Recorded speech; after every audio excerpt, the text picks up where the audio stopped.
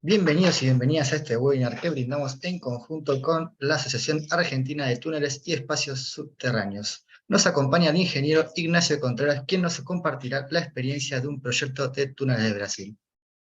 Además, también nos acompaña Aguilar Ramón, que es parte también de la asociación. No sé si Aguilar quiere decir unas palabras antes de empezar, o directamente lo dejamos a Ignacio. No, simplemente bienvenidos a todos, bienvenido Ignacio. Y bueno, la Asociación Argentina de Túneles representa a la ITA, que es una International Tunnel Association, con sede en Ginebra, y más de 100 países afiliados. Es la única voz argentina en la International Tunnel Association. Y bueno, generamos este tipo de charlas técnicas para el desarrollo de túneles y sus diferentes tecnologías. Adelante, Ignacio, cuando quieras. Muchas gracias. Denme un par de segundos que estoy abriendo la presentación y Sí, ahí te empiezo a pongo compartir para que pantalla. compartas.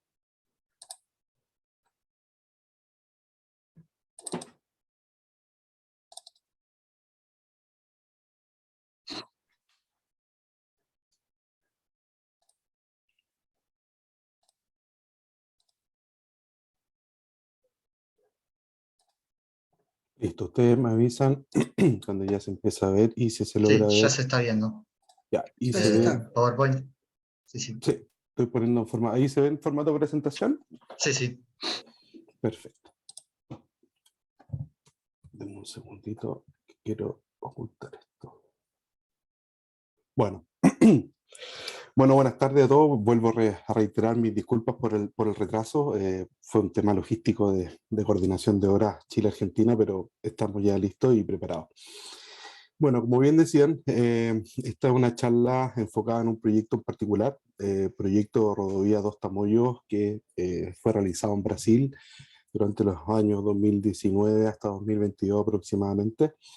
Me solicitaron el apoyo claramente por el tema de la lengua española, digamos, de poder hablar español, nuestros colegas de SICA Brasil, pero se me traspasó toda la información necesaria del proyecto y obviamente la parte técnica asociado a ensayos u otras cosas, las manejo, digamos, de buena forma, así que por ahí vamos a tener un buen desarrollo.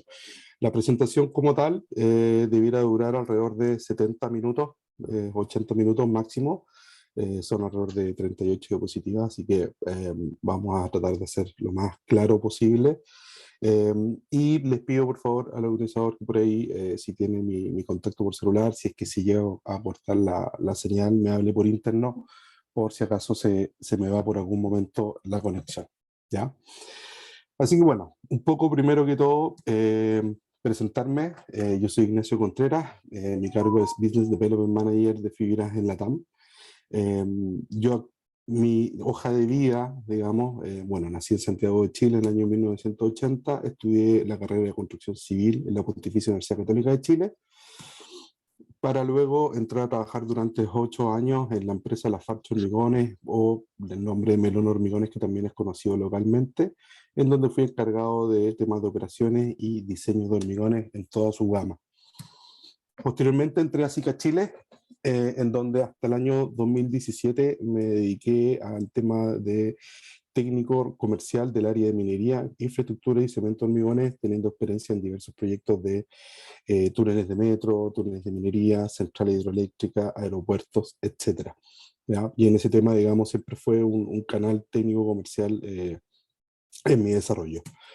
Ya luego del 2017 hasta hace un mes atrás, hasta marzo del 2023, fui responsable como gerente técnico de Concret, del área de hormigones, y también en forma paralela dar soporte regional en todas las áreas relacionadas al concreto. Y ya luego, hace un mes atrás, tengo un cargo a nivel regional, que es el desarrollo, que el responsable de desarrollo comercial, digamos, del negocio de las fibras a nivel LATAM, y por el cual, digamos, también estoy presente en esta charla y espero en un futuro poder hacer alguna actividad presencial en Argentina o tener reuniones con más de algunos de ustedes, digamos, durante el año. Esto es algo básico, lo que somos SICA hoy día, somos más de 25.000 funcionarios, estamos presentes en más de 100 países, más de 300 plantas productivas en el mundo y centros tecnológicos, tanto globales, regionales como locales, nos acompañan dentro de nuestra estructura a nivel internacional. Bueno, empezamos ya un poco a hablar del proyecto Dos Tamoyos. La primera parte va a ser bueno, digamos, el cuerpo general de la presentación está asociado a entender los requerimientos de estos túneles o de esta obra vial, asociado a los requerimientos técnicos de Chocret, asociado a los requerimientos técnicos de fibra, en donde vamos a pasar entre medio, digamos, parte de teoría, parte de normativa y parte un poco de experiencias del desarrollo de todo este tema de las tecnologías, para luego rematar con las últimas 2-3 slides en donde se habla un poco del aporte de SICA a este proyecto. Así que el cuerpo este es básicamente más genérico técnico, digamos, que comercial, en donde vamos a poder ver al final las soluciones.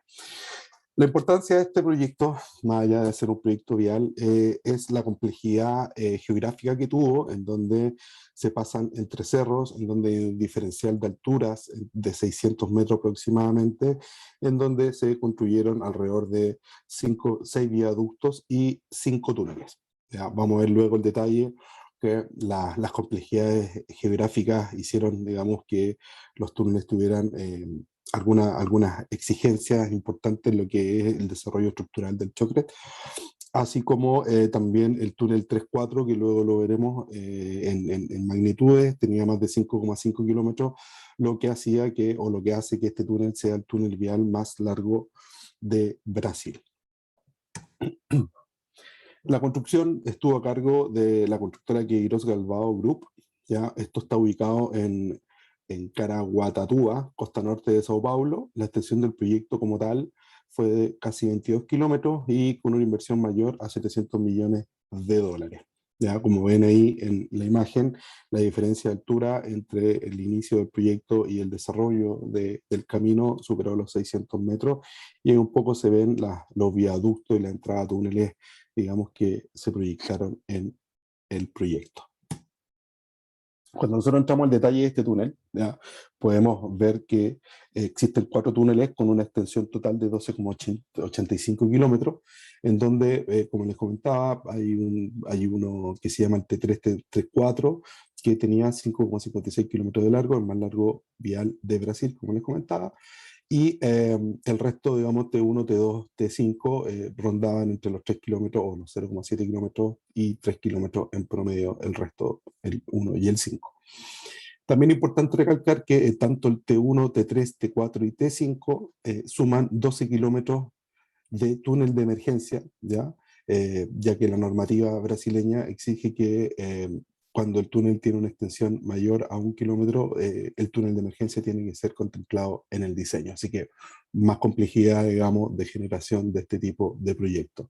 En cuanto a puente y viaducto, en total fueron 10 puente y viaducto, ¿cierto? Para salvar caudales de agua o salvar diferencias geográficas, en donde el puente más largo tuvo 1 kilómetro. Acá no está en el detalle de la presentación, pero también hubieron complejidades en donde se ocuparon distintas tecnologías de izaje y de transporte de materiales a través de grandes torres de acarreo, ¿ya?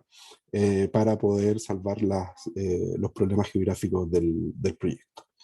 En la parte derecha se ve un poco más el detalle de las secciones de los túneles, en donde el túnel principal tenía una sección de 120 metros cuadrados, el túnel de emergencia 33 metros cuadrados, y ambos fueron construidos con el método NADAM en roca y suelo, excavando un total de roca de 1.900.000 metros cúbicos, y la excavación de suelo fue alrededor de 25.000 metros cúbicos.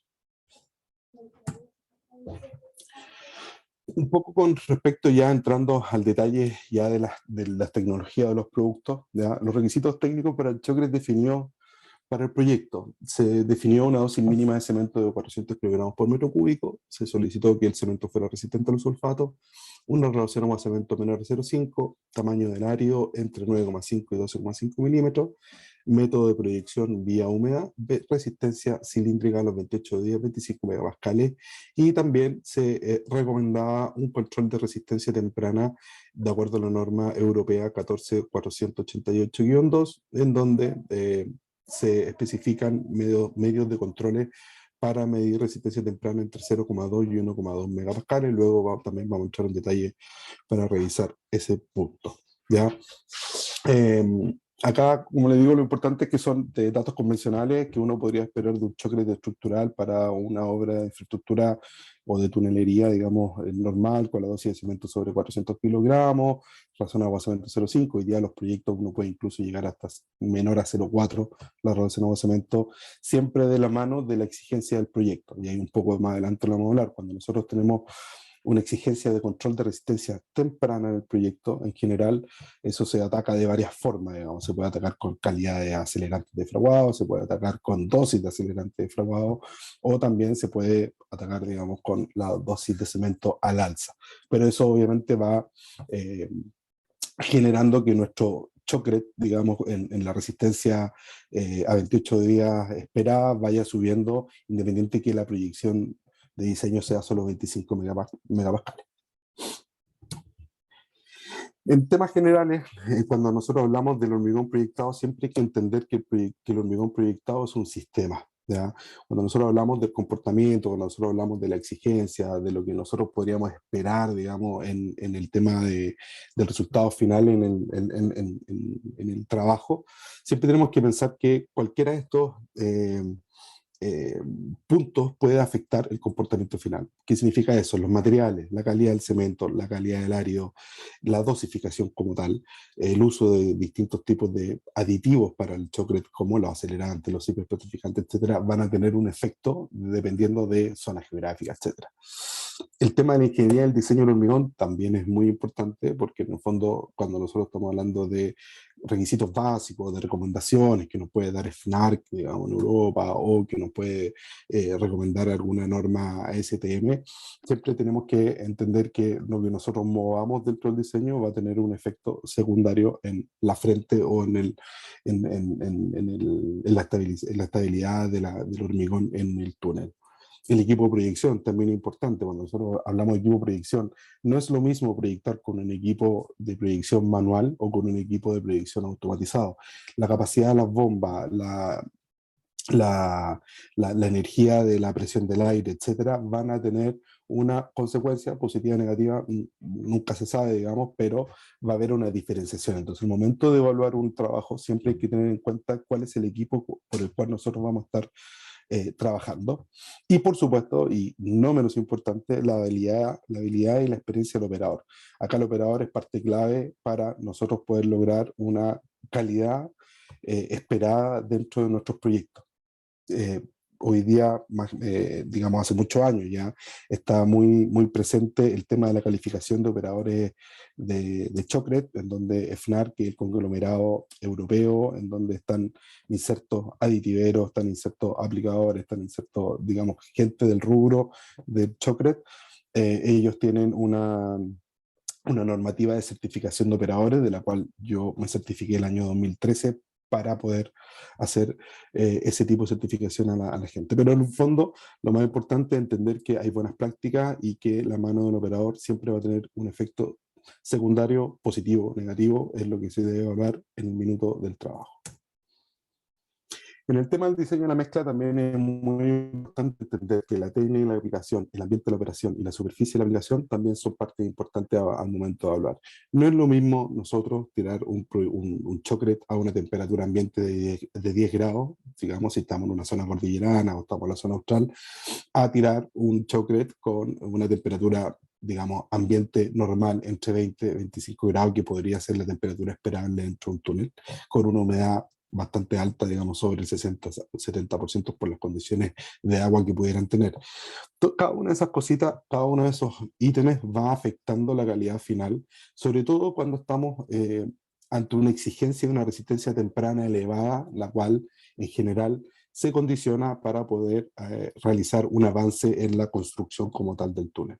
Entonces ahí es súper importante, y ahí dejo invitado, digamos, a los colegas para una próxima charla en donde podríamos hablar específicamente de cómo afectan los factores internos y externos en la calidad de un chocre, porque tanto el superplatificante como el cemento, el acelerante, los agregados, etcétera, pueden tener un efecto secundario en la medida que exista un descontrol de su uso, sobre todo en temas de resistencia temprana, en temas de rebote, en temas de la resistencia finales, trabajabilidad, etcétera. Y por otro lado, la aplicación en donde tenemos que el performance va a estar siempre asociado, digamos, a influencia externa, como el tema del ambiente en donde se está proyectando y, por supuesto, la calidad de las bombas de proyección y del operador que esté trabajando.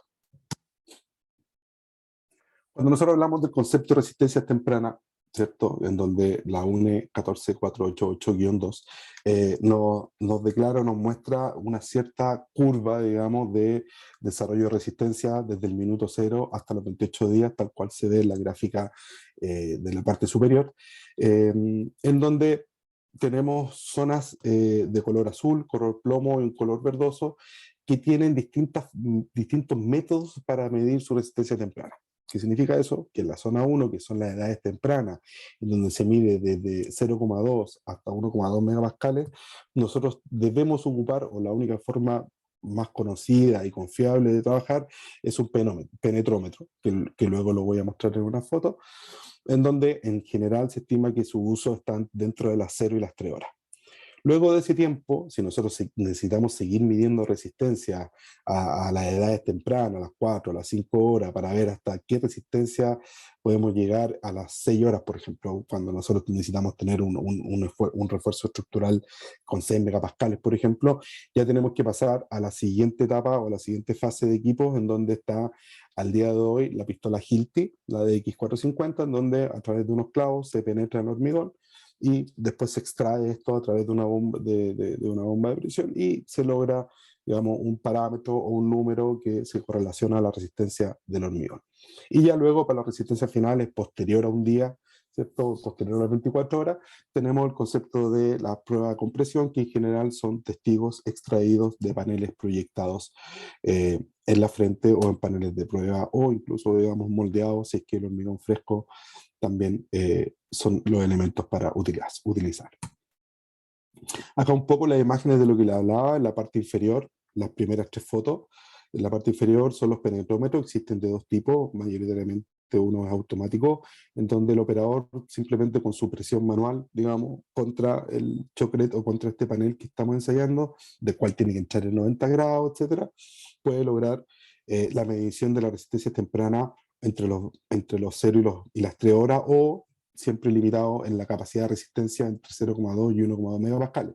¿En qué se basa esa capacidad de resistencia?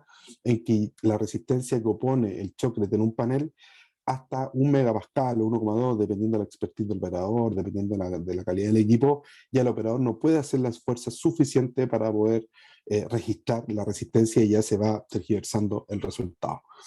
También existen métodos manuales, en donde también a través de la presión manual de este equipo de la foto del medio, también se genera el mismo esfuerzo, se genera una respuesta, y ese dato de valor de presión se ingresa a una fórmula y se toma y se puede calcular la resistencia temprana. En general, esta aguja, como es la foto de la derecha, de la parte inferior, tiene que tener un diámetro de 3 milímetros y al menos una distancia de 15 milímetros para poder penetrar dentro del chocret, para lograr una buena respuesta de resistencia posterior.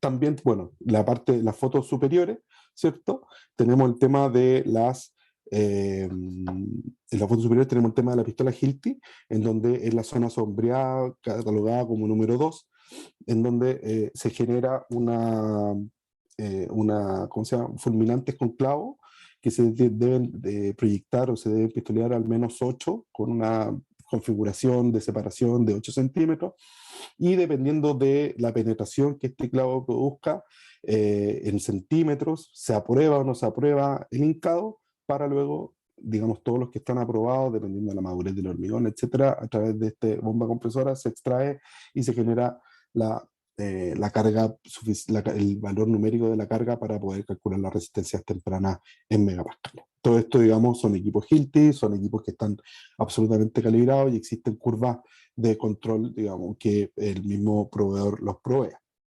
Hoy en día, por lo menos acá en Chile, esta herramienta que contempla dos tipos de equipamiento, por decirlo de alguna forma, se están evaluando un nuevo modelo de Hilti en donde solamente se requiere la pistola inicial y la misma pistola, dependiendo de sus características, dependiendo de sus cargas de fogueo, genera una respuesta automática para calcular las resistencias tempranas. Aquí un poco lo que les comentaba de la resistencia temprana a través de la pistola Hilti, en donde se tienen que hacer las 10 inserciones, como el gráfico acá inferior a mano izquierda, con una separación al menos de 8 centímetros, que vendría siendo la distancia de incidencia de cada una de las penetraciones, para asegurar que cada una de ellas tenga o penetre en un hormigón sano, ¿ya?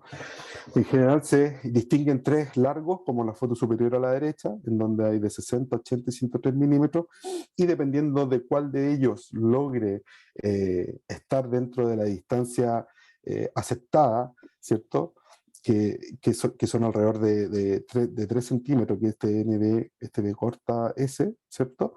Ya se puede aceptar que ese clavo está bien posicionado estructuralmente para poder ser extraído posteriormente, ¿ya? Acá también Hilti tiene una serie de, en la tabla de la mano izquierda, tiene una serie de cartuchos, tiene el cartucho blanco, el verde y el amarillo, que en teoría están enfocados para distintos grados de resistencia. Está estandarizado al día de hoy solamente el cartucho verde bajo la norma europea, pero bajo la norma alemana tenemos todos los cartuchos, pero en general, como la norma europea es la más transversal, en la que hoy día se solicita que se realicen en las pruebas de terreno a nivel general con el cartucho verde.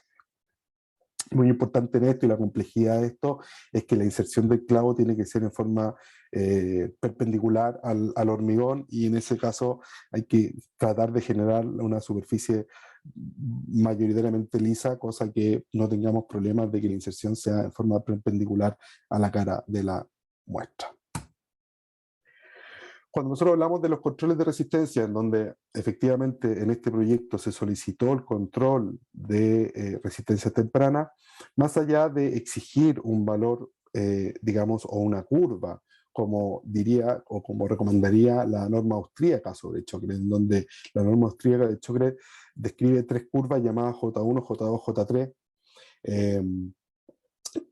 Este proyecto en el fondo decidió o solicitó hacer el control a través de estos implementos para verificar cuando el hormigón cumplía la resistencia de 1 megapascal. La resistencia de 1 megapascal en general se solicita para asegurar el acceso a la frente, en donde ya con esa resistencia estructuralmente la parte con hormigón proyectado ya tiene una calidad de resistencia a la carga del túnel suficiente para poder hacer pequeñas operaciones, digamos, o para poder maniobrar en su interior, ¿ya?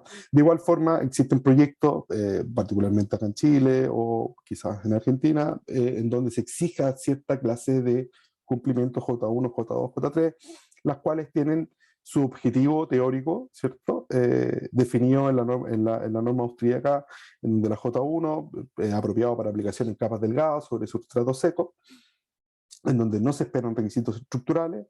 La clase 2, que se utiliza en aplicaciones que se deben conseguir más capas gruesas, ¿cierto? Y este tipo de choque es parte del ciclo de trabajo habitual en la construcción subterránea. Entonces, en general, como bien dice el texto, la JO es una curva que debiera asegurar al menos, como bien dice acá el gráfico, el megapascal, ¿cierto? De mano izquierda, si yo lo proyecto, la J2 me dice que debiera estar entre las 1 y las 2 horas al menos, que es un tiempo suficiente o un tiempo normal de trabajo operacional dentro del proyecto, ¿ya? Y la clase J3, que se utiliza en circunstancias muy especiales para rocas fragmentadas o fuerte afluencia de agua, pero en general eso no se ha visto muy especificado en nuestra región. El tercer punto ya, ¿cierto? Y final son las resistencias de hormigón endurecido, en donde se utilizan testigueras en paneles proyectados para evaluar la resistencia final del elemento, en donde se compara contra un hormigón moldeado, ¿cierto? Sin acelerante, para ver la pérdida de resistencia entre uno y otro, en donde en general se estima que debiera ser aceptable una pérdida de resistencia de entre un 10 y un 20% como máximo, para declarar que el hormigón está bien diseñado y tiene una cantidad de acelerante suficiente, y que no afecte, digamos, en forma secundaria la calidad del hormigón final. Eso son teorías, son recomendaciones que en general algunos proyectos toman, pero que no es tan difícil de lograr con buenas prácticas y buenas formas de predicción y un buen diseño del chocre.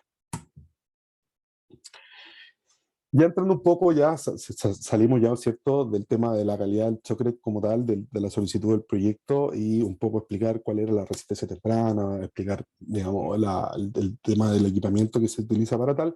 Ya entramos a otro de los puntos importantes de este proyecto, en donde se solicitó el uso de fibra estructural, tanto para el refuerzo estructural como tal del chocret y para el efecto spalling que se producen a través o a causa de incendios potenciales que pueden haber en los túneles. Como ustedes sabrán, este tema de la fibra para anti-spalling se utiliza básicamente en los túneles viales y no así en los túneles mineros u otros, a no ser que haya alguna condición particular de permeabilidad en donde se requiera mejorar, digamos, la calidad o durabilidad del hormigón, y a través de la microfibra se puede minimizar la aparición de fisuración. Ahora bien, entrando un poco en el efecto y el por qué la fibra de polipropileno es un material aceptado, digamos, al día de hoy en la mayoría de los proyectos de tunelería, tanto mineros como viales, a lo largo de Latinoamérica y a lo largo del mundo. Básicamente aquí se muestran unas curvas que reflejan el comportamiento de una probeta de hormigón, en donde se aplicaron mallas en un principio en la parte superior de la viga, malla en el centro y malla inferior, para ver cómo se comporta elásticamente el hormigón posterior a su rotura, ¿ya?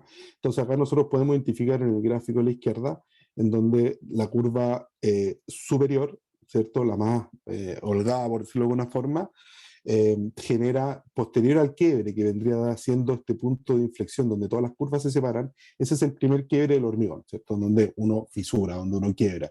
Luego de eso actúa o la malla o la fibra, o en el caso, como el ejemplo de la fibra, cuando está en la parte superior, se quiebra inmediatamente, porque al estar la malla en la parte superior no tiene ninguna acción o incidencia en la parte donde se está generando la fisura, y el elemento rompe por completo.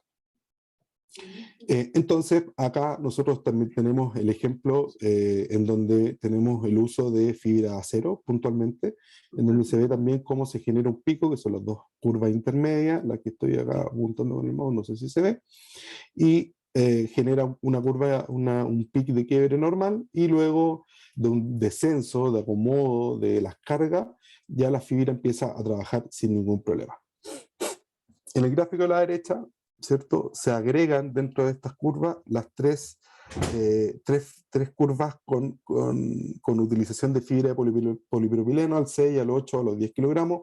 Son dosis elevadas, ¿cierto?, a lo normal que uno podría ver, pero se utilizan para magnificar su comportamiento, en donde también después de un pico baja o desciende, digamos, la estructura del hormigón como tal, pero luego de eso la fibra empieza a trabajar, y a diferencia de la metálica, que una vez que trabaja desciende, ¿cierto?, porque se van rompiendo los filamentos rígidos de la fibra metálica, la fibra polipropileno, por su naturaleza de elasticidad, empieza a generar un mayor soporte, en donde a largo plazo, al término del ensayo, o sea, la deformación de 3,5 milímetros, se genera una mayor resistencia residual. Y ahí vienen los primeros conceptos del uso del tema de la fibra, la resistencia residual.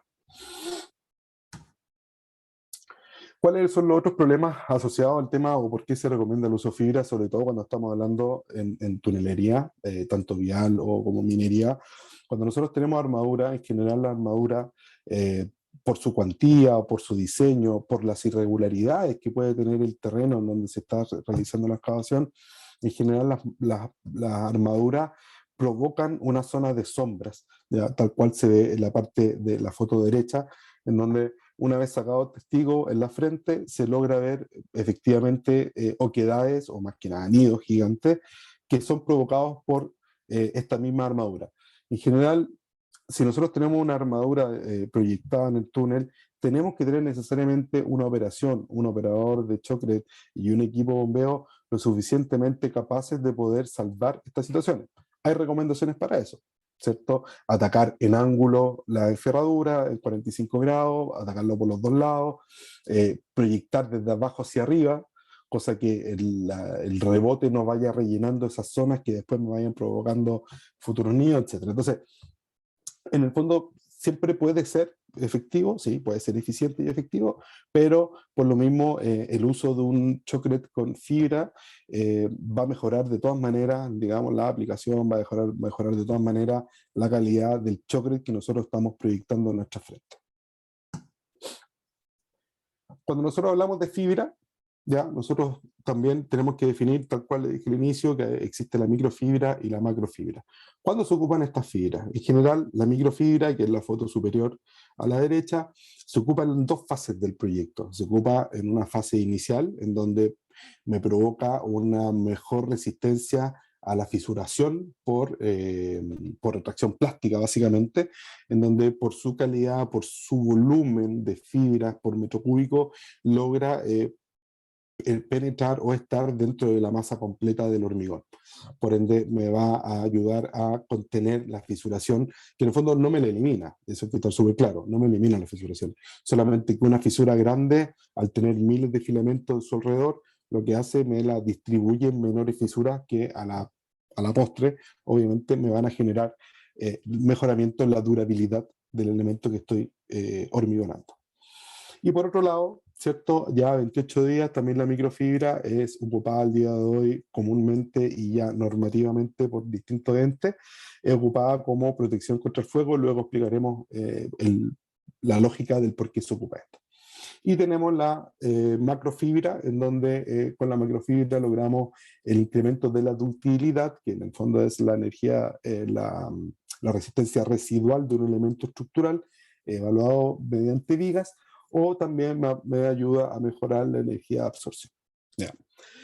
Particularmente en este proyecto, perdón, me faltó esta para terminar la descripción de las fibras. La norma europea clasifica las fibras en dos tipos. La parte 1 la clasifica como fibra metálica y la parte 2 la clasifica como fibra polimérica.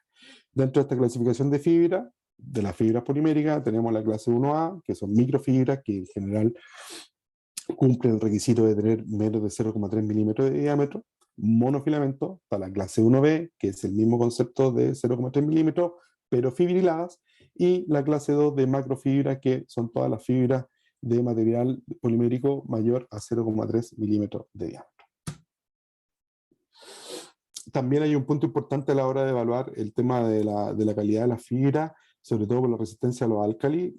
Aquí en particular en Brasil y realizaron un ensayo de acuerdo a la norma brasileña 16942, en donde la fibra utilizada en el proyecto se comparó con una alternativa y finalmente la pérdida de masa por el ataque de álcali fue de 1,67% versus 30,67% en la pérdida, y en donde el requisito de pérdida de masa es menor a 2% a 30 días, y lo cual se cumple con la fibra que se utilizó en el proyecto. Ya entrando un poco a la especificación de resistencia residual, ¿ya? Nosotros, digamos, podemos tener dos vías de trabajo a la hora de evaluar la resistencia, a la hora de proyectar el requisito que se le va a dar al Chocret. Nosotros nos podemos encontrar con dos tipos de requisitos. Por un lado está la absorción de energía, en donde se especifica, por ejemplo, y creo que ustedes más de alguno lo conoce, el tema de los paneles de FNARC, en donde a través de un panel de 60 por 60 se mide su capacidad de absorción ante una carga central, y en el fondo eso homologa de alguna forma la carga del macizo en donde nosotros estamos construyendo. ¿cierto? Ya hay distintos requerimientos, FNAR recomienda 500 joules, 700 joules o 1000 joules, dependiendo de la calidad de la roca, y eso, digamos, es una forma de trabajar o de evaluar la calidad de la fibra. Y los otros casos son cuando los diseños de los túneles están hechos como si fuera un hormigón estructural, y en ese contexto se ocupa el Model Code 2010, el cual exige que los ensayos tienen que ser realizados a través de probetas prismáticas, y en ese aspecto tanto la norma FNAR como la UNE 14488-3 como una norma europea, la 14659, están enfocados en el ensayo de una viga de hormigón o de chocret moldeado. ¿Ya? Particularmente, como esto es un chocret proyectado, FNAR es la mejor alternativa para poder evaluar este proyecto, y así fue diseñado y especificado bajo la norma 1.14488-3, ya que estos paneles se extraen, o estas vigas se extraen de paneles proyectados, se tienen que cortar y se ensayan. ¿Ya? Para efectos de este proyecto se clasificó, o el requisito era que la resistencia residual tenía que cumplir la clase 1, como se muestra en la figura siguiente, y para efectos de control de calidad se realizó, o se realizará, era la especificación, el ensayo de doble punzonamiento conocido como ensayo Barcelona. Ahora vamos a entrar en detalle en cada uno de ellos para tratar de mostrarles o entender un poquito las distintas variaciones que pueden tener ellos y por qué uno u otro pueden ser interesantes de realizar. Cuando nosotros hablamos del ensayo FNAR, de la viga FNAR, lo primero que es mostrar acá en la parte inferior izquierda un panel proyectado, digamos, en dibujo, en donde se tiene que extraer tres paneles, ¿cierto? Se tienen que extraer, perdón, tres vigas con las medidas de 75 milímetros de altura y 125 milímetros de ancho, con un mínimo de 500 milímetros de largo. ¿Ya? El mínimo es porque en esos 500 milímetros de largo alcanza para abarcar el apoyo de la prensa como tal. ¿Ya? Y luego tenemos ahí un dibujo, un esquema de cómo la prensa o cómo la viga se posiciona dentro de la prensa con los distintos requerimientos de distanciamiento, ángulos, etc. Acá el ejemplo o lo que dice la norma FNAR con respecto a las clasificaciones, en donde ya vimos que la especificación decía cumplir la clase 1, y acá nosotros podemos ver que las tipos de clasificaciones, que después lo vemos en la gráfica a mano derecha, clase 1, 2, 3, 4, tienen distintas mediciones para distintos requerimientos de mediciones para el cumplimiento de la clase. Entonces, por ejemplo, acá, en la curva a mano derecha, esta es una curva de un ensayo que realizamos nosotros acá en Chile para un proyecto hidroeléctrico, en donde se requería, en este caso particular, cumplir la clase 2. ¿Qué significaba eso? Que teníamos que cumplir 1,5 megapascales en el EFR1, que significa que es la resistencia residual a 1 milímetro de deflexión central, y cumplir, en este caso la clase 2, era cumplir 2 megapascales. Sí, perdón, me perdí. A un milímetro de deflexión teníamos que cumplir 2,5 megapascales, y a 4 milímetros de deflexión teníamos que cumplir 2 megapascales en el caso del proyecto Gran Santiago. En el caso del proyecto 2 Tamoyo, ¿cierto? En la clase 1, por ende al FR1, o la primera medición de resistencia residual, tiene que cumplir 1,5, y en la última medición de resistencia residual tiene que cumplir 0,5. ¿Ya? Lo complejo de este tipo de ensayo, básicamente, es la calidad final de la ejecución de las vigas. Finalmente nosotros tenemos un hormigón proyectado, tenemos una batea o un panel, digamos, donde lo estamos proyectando, y luego de eso tenemos que generar un corte. Cualquier desviación de ese corte, de planeidad, de horizontalidad, etcétera, puede hacer fallar este tipo de ensayo, digamos, más que no se puede ejecutar, sino que va a dar o puede dar valores con mayor desviación estándar.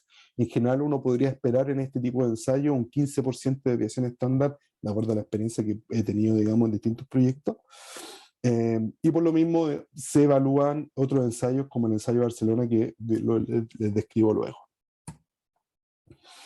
El ensayo de Barcelona tiene una normativa europea que se llama la UNN 83515, en donde principalmente es un ensayo de doble punzonamiento, como ustedes pueden ver acá en la figura. Estas fotos son de ensayos que hemos hecho acá, realizados acá en Chile, en donde en una prensa convencional se generan estos apoyos de doble punzonamiento, tanto inferior como superior, y luego con un extensómetro alrededor de la superficie del testigo se empieza a hacer la presión y este tensiómetro empieza a ver la deformación, digamos, hacia el exterior del testigo, para poder provocar o para poder medir tanto la absorción de energía como la deformación. Este ensayo de Barcelona tiene múltiples conversiones a nivel internacional, muchos estudios asociados en donde se han hecho correlaciones tanto para absorción de energía, en el caso que la especificación sea paneles, y en este caso para la resistencia residual en el tema de viga. En general, esto es lo que nos permite el ensayo Barcelona, que si bien no está catalogado como un ensayo válido a la hora de diseño estructural, como es el caso de la absorción de energía o como es el caso de la resistencia residual en viga, es muy confiable a la hora de correlacionar y es muy confiable y fácil de poder ejecutar a la hora de hacer controles de calidad. Vamos a ver luego en la frecuencia de ensayos que solicitó el proyecto al final, vamos a ver luego cuánto era la cantidad de ensayos que se requería en cada uno de ellos. Pero en el fondo acá, ¿qué me da? Me da la facilidad de extraer el testigo directamente del túnel, ¿cierto? No necesito hacer un panel previo, sino que puedo tener identificada una zona con una distancia mayor a 15 centímetros y puedo extraer testigos de 6 pulgadas. Tengo menor desviación en los resultados y en general los otros ensayos tienen una desviación de 15-20%, en este no debiera superar el 10%. Sobre todo por el método de falla. El método de falla en este ensayo, si ustedes pueden ver la fotografía superior, siempre genera tres fisuras dentro de la estructura. Y eso en general es parejo en todos los elementos que uno ensaya. Por ende, entrega una correlación bastante sana porque la deformación y la fisura siempre se están generando desde la misma base, ¿ya? Y como les decía, se puede implementar como un ensayo de autocontrol y en general un laboratorio que tenga equipamiento para los ensayos de resistencia residual, para viga o para FNAR, no creo que debiera tener problemas para poder implementar este ensayo como extensiómetro para poder realizar este tipo de control.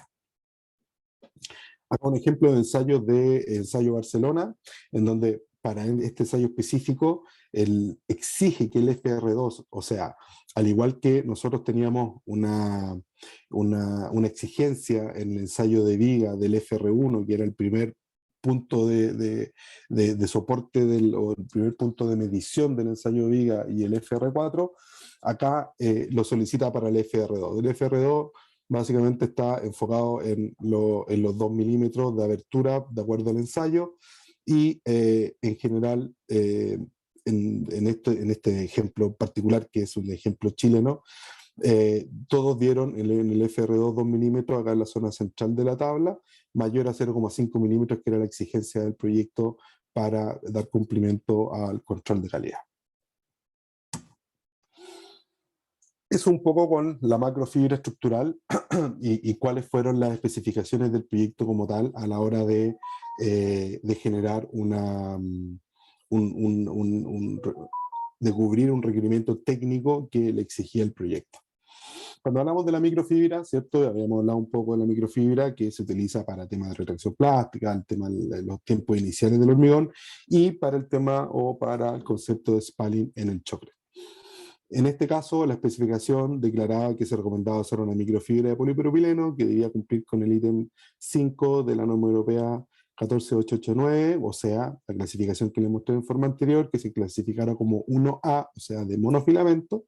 La longitud especificada de 12 milímetros, con un punto de fusión superior a los 160 grados, y declaraba que se debían realizar pruebas para comprobar la calidad de la traza de microfibra de polipropileno en una situación de incendio.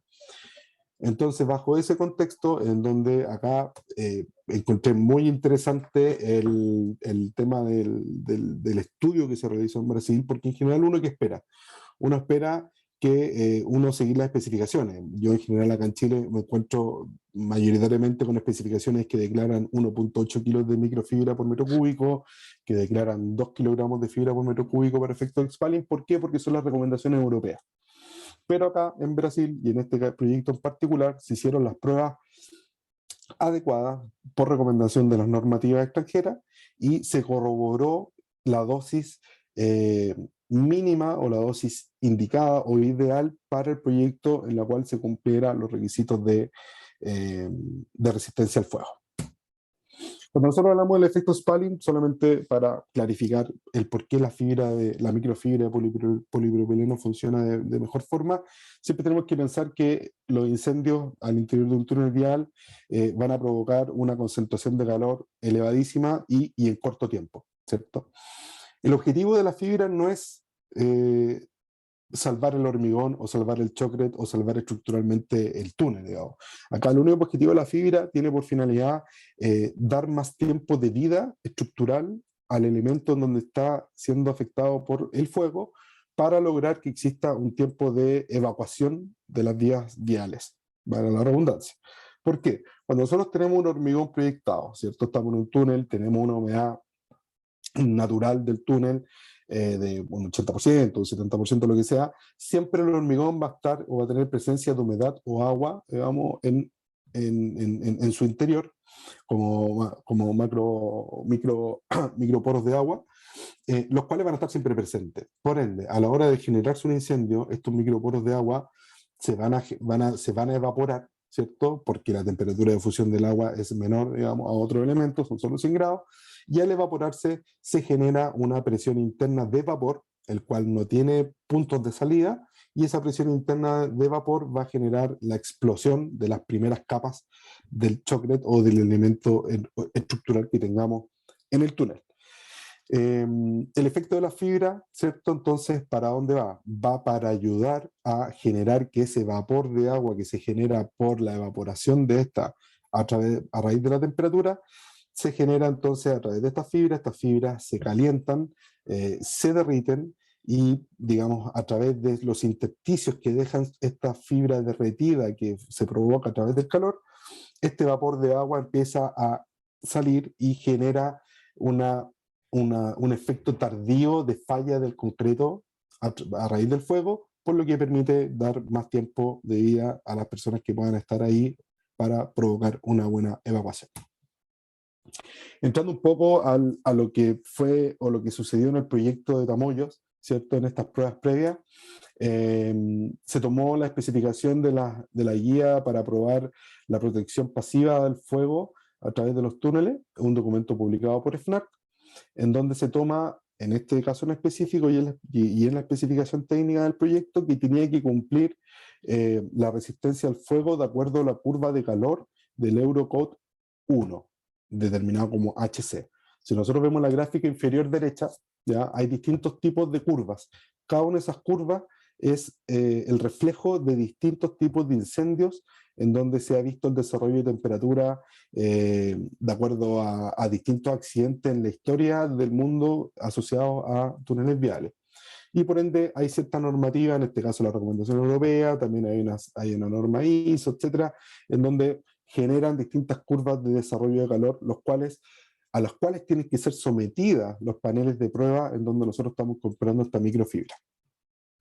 Se solicitaba un tiempo de ensayo de 120 minutos y en este caso en particular se probaron dosis de 0,6, 0,8 y 1,2 kilogramos por metro cúbico de fibra, que son valores bajos para lo que normalmente se recomiendan y que claramente por el volumen del proyecto generan un potencial ahorro de costos importantísimo a la hora de proyectar la solución final de Chocra. Acá se puede ver el comportamiento de la resistencia al fuego de la dosis de 0,6 kilogramos por metro cúbico. Estas 5 curvas que están ahí están descritas acá abajo, en donde la curva roja es la temperatura de desarrollo del horno, en donde, como les digo, tenía que ser similar a la curva que especifica la norma o la recomendación FNAC. Y luego de eso vienen distintos tipos de temperatura medidas a profundidades dentro de los paneles de prueba, ¿cierto? A 25 milímetros de profundidad, a 40 milímetros de profundidad, 75, y en la cara no expuesta. Y se ve claramente cómo el aumento de temperatura en el hormigón asociado a que la presión del vapor, la presión del agua evaporada, asociado a que no tiene canales de salida, este calor que se va generando en el interior del hormigón, va generando una mayor generación de calor superficial, ¿ya? Acá tenemos el ejemplo con 0,8, se ve claramente cómo ya se reduce la incidencia del calor a los 120 minutos en las distintas caras, y al 1,2 kilogramos, que también se logra ver que la incidencia de calor es bastante menor, ¿ya? Cada vez que vamos subiendo la dosis de fibra, se logra controlar de mejor forma la evaporación o el aumento de calor intrínseco que pueda tener la masa del hormigón. Y acá a mano derecha una tabla que resume los datos obtenidos, ¿cierto? En donde en la última columna dice el volumen estimado perdido, porcentaje del total. Cuando se ocuparon 0,6 kilogramos de microfibra, se perdió alrededor del 16%. Cuando se ocuparon 0,8 kilogramos, se perdió el 0,2%. Y cuando se ocupó 1,2 kilogramos, no hubo pérdida de material o de explosión dentro del elemento probado. Aquí solamente una foto de la general, que aquí estaban puestos los 3 paneles con las distintas dosis de fibra en el horno, ¿cierto? Que cada uno de ellos está expuesto a esta temperatura en forma paralela, y se generaron los controles posteriores de medición de daño superficial que tuviera. Y hay un poco la foto acá a mano derecha, se ven los tramos de los pedazos de hormigón que saltaron, digamos, a raíz de la presión que ejercía el calor al interior de la masa del hormigón. Vuelvo entonces, así que, bueno, con eso, digamos, quería explicar un poco el efecto de la microfibra y cómo la microfibra, como les decía, logra de alguna forma mejorar las prestaciones del elemento el cual estamos proyectando en un túnel vial mayoritariamente. También tenía exigencias de adherencia del chocret, en donde básicamente el ensayo de adherencia no tiene mayor complejidad, pero exigía un valor medio de 1 megapascal cuando había una adherencia entre capas de hormigón, y cuando era sobre roca el valor mínimo o el valor medio tenía que ser de 0,5 megapascales sobre la roca, con un valor mínimo de 0,35. En esto, digamos, hay distintos implementos para poder extraer el tema de los testigos para probar la adherencia del hormigón. En este punto muestro el tema del control de calidad del proyecto, en donde estaban las exigencias rutinarias que se debían hacer, el ensayo de compresión bajo la norma brasileña 5739, tenía que ser 5 testimonios de testigos extraídos cada 250 metros, y tenía que cumplir la resistencia característica mayor a 25 megapascales. La resistencia residual medida en las vigas de FNART, en donde se declaraba que el largo tenía que tener 600 milímetros, tenían que sacarse 4 en forma mensual, y obviamente cumplir el diseño de clase 1 FNART. Y acá viene lo importante, o lo novedoso o lo innovador del proyecto, en donde incluyó dentro de sus especificaciones en forma primaria el tema del ensayo de doble pinchazo, que doy la traducción, perdón, pero el doble punzonamiento, con el ensayo de Barcelona, con testigos de diámetro 100 milímetros, en donde se tenían que hacer 4 semanalmente, con el mínimo de 0,5 megapascales en el FR 2.5. Acá, como les digo, es muy importante este punto porque marca de alguna forma algo que no es común, porque en general el ensayo Barcelona es propuesto a posterior de la especificación de un proyecto, o sea, cuando ya el proyecto está en desarrollo o cuando va a partir, entendiendo lo complejo que es. Por un lado, si estuviera especificado con paneles FNARC, lo complejo que es generar los paneles, las variaciones y dispersiones que tiene ese tipo de ensayo, y el peso, digamos, por supuesto, digamos, del traslado, del movimiento, etcétera, se pueden suplir muy bien con controles periódicos a través de este ensayo Barcelona, y dejar tal cual este proyecto cada un mes el ensayo formal de control de calidad del chocret. Y así también, obviamente, el ensayo de resistencia residual, en donde también puede ser muy bien homologable durante el proyecto, pero eso ya requiere aprobaciones ministeriales, aprobaciones del mandante, aprobaciones constructoras, etc. Pero si ya el proyecto viene especificado con eso, es un muy buen pie porque también genera mayor data a la hora de preparar el dossier de productos o de certificados para comenzar el proyecto. Y luego el resto de controles, control de espesor y control visual, resistencia a compresión, también bajo la norma europea, ¿cierto? Cada 50 metros lineales. Y el tema de la adherencia también con la norma adoptada de FNARC, cada 50 metros lineales. Acá el punto en particular de estos dos ensayos, al inicio del proyecto, durante, no me acuerdo el dato, pero parece que eran de 2 meses o 3 meses del inicio del proyecto, era cada 50 metros lineales, y luego de ese periodo saltaba a un control cada 100 metros lineales, entendiendo que ya la dinámica de la construcción del túnel está en línea, por decirlo de alguna forma. Ya entrando un poco a las soluciones de SICA para el proyecto, acá nosotros, bueno, como SICA Brasil, para ellos fue un proyecto de gran envergadura, un proyecto muy importante a la hora de las soluciones que se entregaron.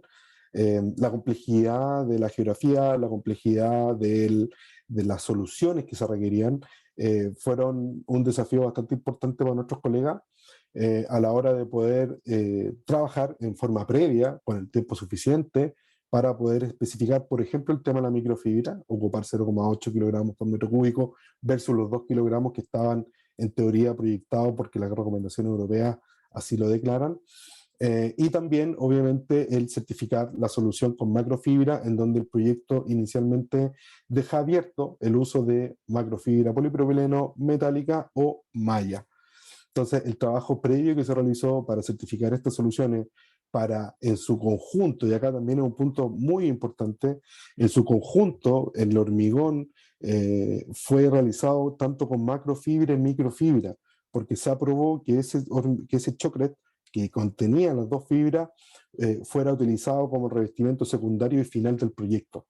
Por ende, el desafío de generar una mezcla con una docilidad suficiente para poder contemplar 6 kilogramos de macrofibra y los 0,8 kilogramos de microfibra sin generar problema en la proyección, sin generar trabazón, sin generar cohesividad en la mezcla, fue bastante grande y fue un hito muy importante. De hecho, de acuerdo a mi conocimiento y el conocimiento de la región, en Latinoamérica no existe un proyecto que el revestimiento secundario haya incorporado los dos tipos de fibra, tanto la fibra estructural para reemplazar la malla y la fibra de microfibra para ver el tema del efecto expanding. Así que por ese lado fue un muy gran desafío para nuestros colegas y claramente es un proyecto digno de, para nosotros como SICA, evaluar y hacerlo transversal al mundo de tuneleros. También el uso de aditivos enfocado en el proyecto permitió disminuir los tiempos de avance por el uso de los acelerantes adecuados, por el uso de un hiperespecificante que le permite tiempo de traslado de 3 horas. Lo que era muy importante a la hora de evaluar este tipo de geografía, donde claramente un camión no era suficiente con tenerlo 1 hora conectado a plástico, sino que 2 o 3 horas por los tiempos de traslado. Entonces, finalmente acá lo que uno podría declarar, y son los productos que finalmente terminaron siendo utilizados en el proyecto: macrofibra, Psychofiber PP48, se vendieron o se consumieron más de 200 toneladas hasta la fecha, digamos, en donde se cumplieron los requisitos del proyecto bajo normativa, con 6 kilogramos por metro cúbico, se redujeron los costos de transporte, almacenaje, volumen, mantención, sobre todo de tema de ferraduras o de fibra metálica, ocupando 1/5 del volumen contemplado al inicio del proyecto con fibra metálica y malla, y por supuesto que es una condicionante secundaria, una consecuencia secundaria positiva, en donde el menor desgaste de los equipos de bombeo y proyección al ocupar una fibra de polipropileno y no de metálica. El uso de la microfibra Psychofiber 12, micro PP, que es el nombre comercial con lo cual se realizó el proyecto, se consumieron alrededor de 80 toneladas, en donde yo creo que lo más importante a recalcar es la optimización de la cantidad de fibra a utilizar de 2 kilos a 0,8 kilogramos por metro cúbico, lo que llevaba al volumen del proyecto. Claramente es un ahorro importantísimo a la hora de la proyección y de los costos. En la línea de Zika Viscocret tenemos el Zika Viscocret 6090 HW, que se consumieron más de 300 toneladas. Lo importante acá, y acá también es otro ítem que no estaba en el desarrollo de la presentación, porque estaba enfocado más al tema del chocret y el tema de la calidad del chocret como tal.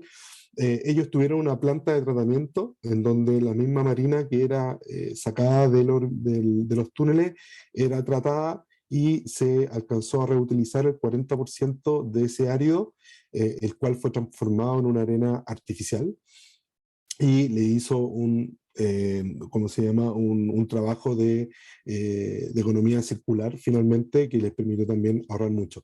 Ahora bien, el ocupar arenas de ese tipo trajo el desafío de tener un diseño de chocret adecuado para poder soportar por ahí la falta de árido fino, en donde sabemos nosotros que la importancia que tiene los finos bajo malla 50, por ejemplo, la importancia que tiene para una buena trabajabilidad o un buen bombeo. No tuvo efectos secundarios en la pérdida de resistencia por el estado fresco y se usó tanto este aditivo en hormigón estructural como choclet. Y luego el Sigunit L500, también una tecnología de acelerante libre álcali, en donde se ocuparon más de 2.000 toneladas. Se dio cumplimiento a la curva J2, en donde se lograba alcanzar 1 megapascal a 1 hora, asegurando, como les decía hace un momento atrás, la calidad del choclet para poder hacer un reingreso y un avance optimizado en la frente, y tuvieron un bajo porcentaje de rebote bordeando el 8%.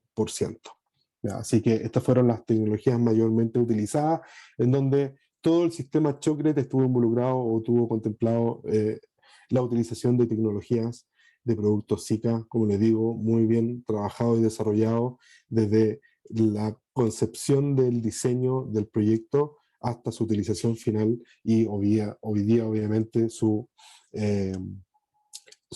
puesta en marcha, que está sin ningún problema. Como puntos finales al tema de la presentación, solo comentarles que tenemos nosotros disponibles a nivel de la web y a nivel de documentos digitales 3 manuales que son, creo, bastante interesantes a la hora de estudiar o de entender algunos conceptos básicos del hormigón. Particularmente tenemos el manual del concreto del hormigón, en donde un contenido de 277 páginas pasa por todos estos ítems: hormigón con material de construcción, los 6 componentes del hormigón, diseño de mezcla, aplicación del hormigón, tipos de hormigón, recomendaciones, etc. Y esto, al igual que los otros 2 que les voy a mostrar, son documentos que fueron traducidos y preparados por nuestros colegas de Zika Suiza y en cooperación con los de Zika Europa también. Y nosotros acá en Latinoamérica los tradujimos y los llevamos un poco al lenguaje regional. Tenemos también el manual de choclet, que también tiene un contenido elevado de 109 páginas. Nosotros lo llamamos en inglés handbook, en donde en general su impresión o su tamaño a impresión es menor a la de un libro convencional, en donde acá en este en particular tenemos uso del choclet, materiales del choclet, definición de choclet por materiales, aplicación, gestión de calidad, normas y directrices relacionadas. También una guía muy técnica, y ahí quiero hacer hincapié en eso. Estas guías son bastante técnicas de entender el comportamiento del hormigón, de entender el comportamiento del choclet, tener o entender la compatibilidad o las condicionantes que pueden afectar en la calidad final de uno de estos productos. Y finalmente el último manual traducido por nosotros, que fue traducido este año, el manual de concreto reforzado, enfocado en Zika Fiber, en donde también un contenido de 131 páginas se pasa por toda la gama de conceptos básicos, normas, propiedades de las fibras, tipo de fibra y los ensayos y aplicaciones asociados a cada uno de las soluciones o de los tipos de fibra. Entonces, básicamente, los invito a través de nuestros colegas de Zika Argentina a solicitar, si es que lo requieren, estos manuales en forma digital. Están completamente disponibles, salvo el de choclet reforzado con fibra, que es el que les estoy mostrando ahora, que en la última revisión salen algunos conceptos en inglés todavía que necesito modificar, pero no va a pasar más de un par de semanas que ya esté disponible, luego que lo corrija y lo publiquemos de nuevo, ¿ya? Así que invitados cordialmente a tener estos documentos. Y bueno, me demoré un poquito menos de lo que les comenté, al final me demoré una hora y algo, una hora, 5 o 10 minutos. Así que nada, dejo abierto a las consultas. Espero haber sido claro en la explicación de algunos conceptos, si no, tengo el tiempo suficiente ahora para poder aclararlo, y espero haya sido de su agrado, y nada, espero verlos en un futuro a la mayoría de ustedes por SICA Argentina, cuando programe algún viaje y podamos quizás por ahí visitar algún proyecto, si requieren asesoría u otro tipo de ayuda, disponible 100% para apoyarlos.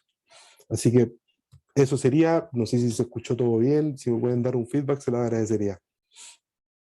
Sí, Ignacio, ¿salió todo bien? Hay en el chat preguntas para responder. Lo veo inmediato. Buenas tardes. ¿Cuál es la diferencia de aplicación de resultados, de aplicación y resultados de choque de vía húmeda y vía seca? A ver, básicamente nosotros tenemos, efectivamente, como tal cual lo comenta César, dos vías de proyección, vía húmeda, vía seca. Cuando nosotros tenemos hoy día la proyección más masificada, que es la vía húmeda a nivel de industrialización, entendemos que el proceso de proyección pasa a través de un mixer que tiene la mezcla fresca, ¿cierto?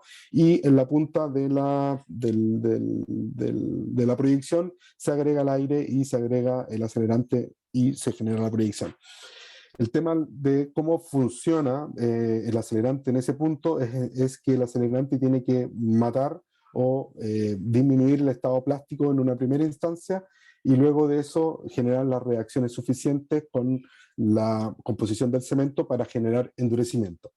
Cuando nosotros hablamos de vía seca, nosotros tenemos por un lado los beneficios, por decirlo de alguna forma, de que nosotros agregamos el agua necesaria para generar una proyección, también con aire y también con acelerante, pero es el agua mínima que se requiere para poder hacer, digamos, el bombeo de esta mezcla a través del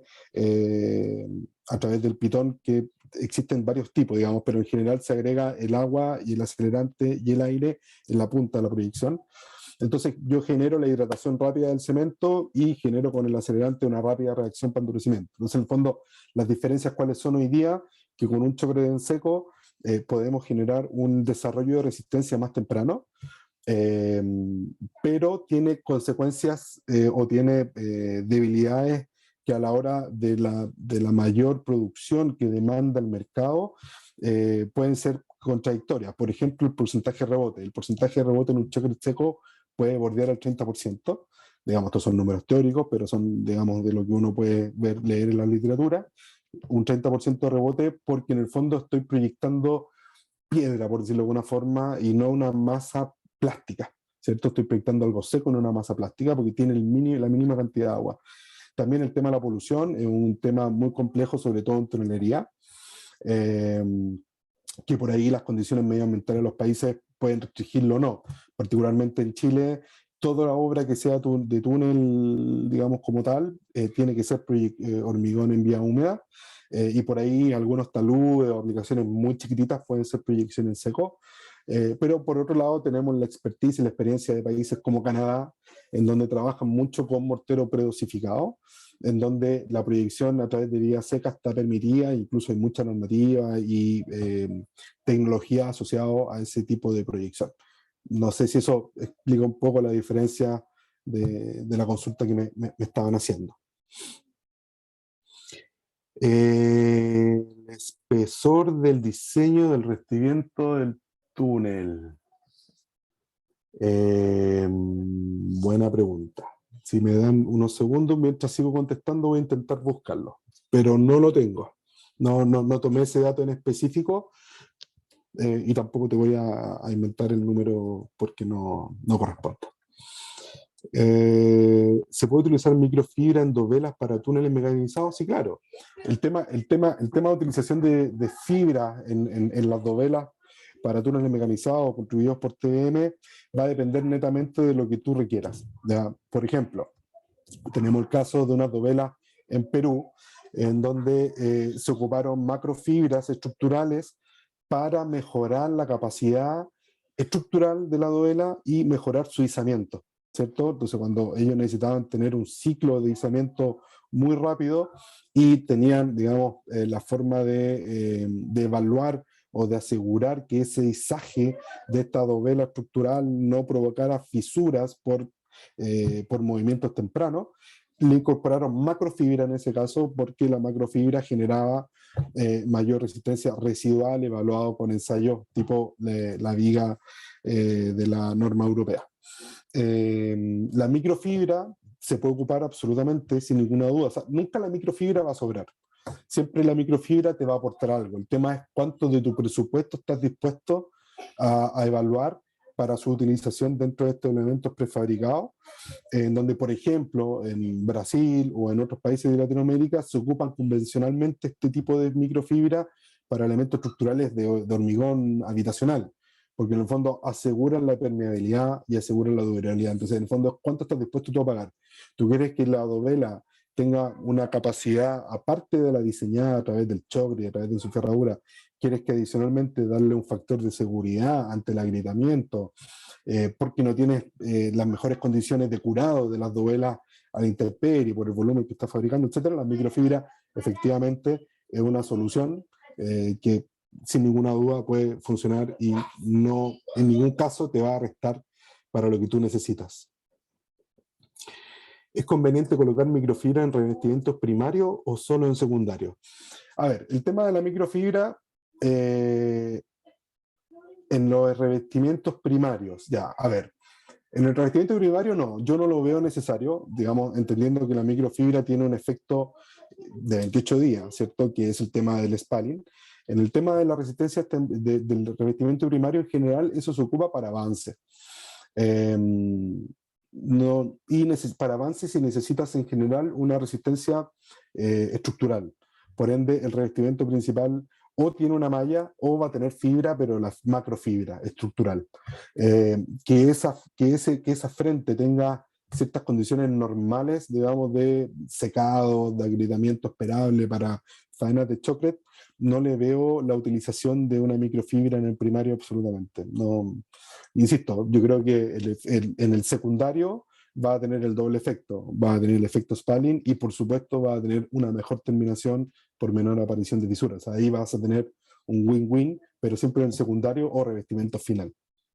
Si el revestimiento primario fuera el final, evaluémoslo. Tendrás que ver tú las condiciones del túnel, las condiciones de salidas de agua, etcétera, para evaluar económicamente si es viable o no ponerle microfibra, pero eso ya queda por el lado, digamos, de la especificación. Luego, ¿cómo se comporta la macrofibra en efecto spalling? Esto es mirando el punto de fusión de las macrofibras, las metálicas son mejor. Claro, lo que pasa es que efectivamente cuando tú estás pensando en las fibras, en la macrofibra o microfibra, más allá si sean metálicas o no, el efecto spalling, lo único que necesitas tú es que el material que tú insertas dentro del hormigón se derrita, básicamente. Al derretirse, tú vas a generar intersticios, vas a generar conectores, por donde va a salir la humedad. Entonces, claro, si tú me dices la fibra metálica tiene mejor punto de fusión, efectivamente, pero la fibra metálica no te va a ayudar a que el agua que está dentro de la masa del hormigón no haga explotar las capas superficiales, ¿cierto? Entonces, por ahí, ocupar macrofibra para efectos spalling tampoco es muy recomendado. ¿Por qué? Uno, por un tema de costo. Tienes que pensar que más o menos por cada kilogramo de microfibra estás incorporando 1 millón de microfilamentos. Digamos, piensa volumétricamente. 1 millón de microfilamentos lo vas a poder esparcir por toda la masa del hormigón. Versus 2 kilos de macrofibra, en donde por cada kilo macrofibra tienes 50.000 filamentos, básicamente. No vas a tener la certeza que esos 50.000 filamentos te cubran el volumen completo de la mezcla, por ende, no vas a asegurar que por esos intersticios que se van a derretir vas a lograr sacar todo el vapor de agua que se genera y por ende no tienes la calidad. Por ahí se podrá hacer la certificación con la norma FNART, tal cual lo hizo Brasil, pero creo yo que la función que cumple la microfibra por su volumen de fibra por metro cúbico es la correcta y la necesaria para generar una buena homogeneidad y una dispersión correcta dentro de la mezcla. Y creo que con eso contesté todas las preguntas, estimado, hasta ahora.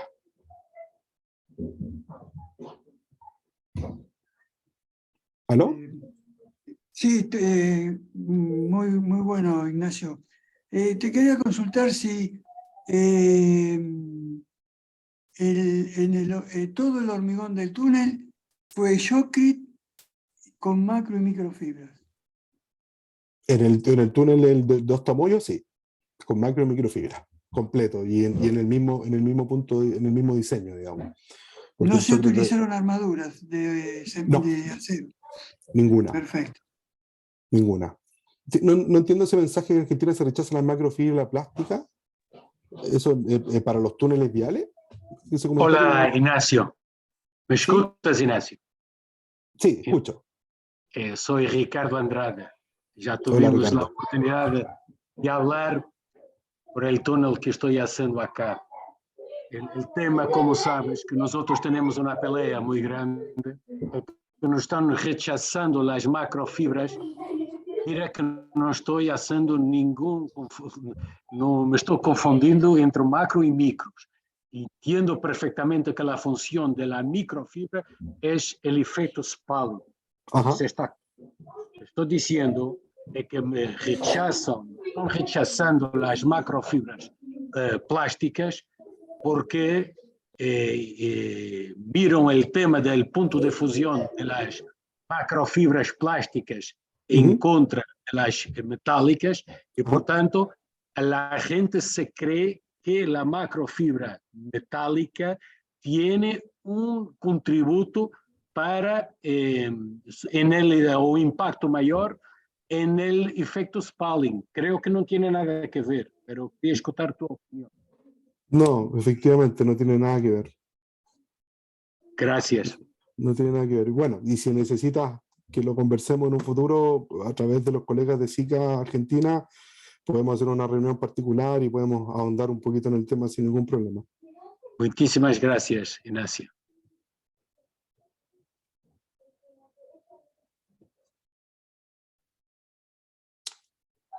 Bueno, no sé si algo más, alguna consulta, tú me comentas. no se ven más preguntas. No, para nada. En nombre de la Asociación Argentina de Túneles y Espacios Subterráneos, te agradezco mucho. Fue excelente la exposición y excelente también las preguntas que fueron muy interesantes. Lo dejo a la gente de la Cámara Argentina de la Construcción para que cierre el evento. Muchas gracias, Ignacio. De nada. Y te esperamos en Argentina.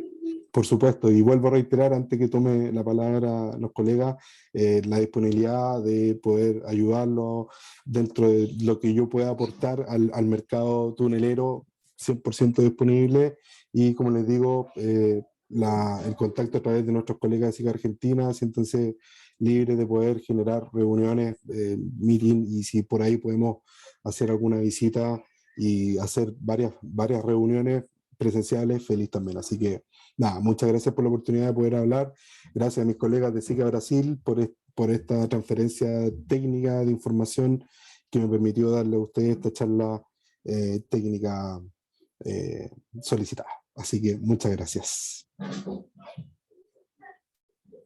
A vos, Ignacio, muchas gracias también a la Asociación Argentina de Túneles y Espacios Subterráneos por esta charla. Muy buena la charla. Si ninguno tiene ninguna pregunta más, voy a ir cerrando el Zoom. De mi parte, queda agradecerle a todos por haber participado en este webinar, a Ignacio por haber participado también. Te felicito de vuelta por la charla. Y bueno, buena semana a todos. Bueno, muchas gracias. Que estén muy bien. Igualmente, que terminen bien. Cuídense.